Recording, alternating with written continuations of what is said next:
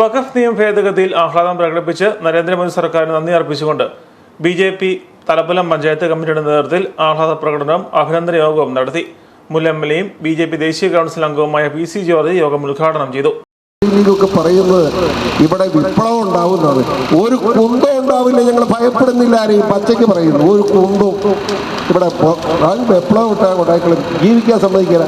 അങ്ങനെ ജീവിക്കണ്ട, എൻ്റെ അഭിപ്രായം.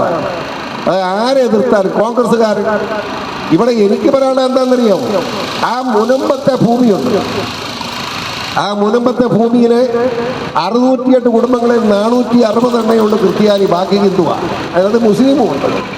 അത് മുഴുവൻ മത്സ്യത്തൊഴിലാളികളാണ്. നിങ്ങൾക്കറിയാവോ, പാവപ്പെട്ട മത്സ്യത്തൊഴിലാളികൾ. യോഗത്തിൽ BJP panchayat committee president Abhilash Jayamohan അധ്യക്ഷത വഹിച്ചു. കർഷക മോർച്ച ദേശീയ ഉപാധ്യക്ഷൻ അഡ്വക്കേറ്റ് ജയസൂര്യൻ മുഖ്യപ്രഭാഷണം നടത്തി.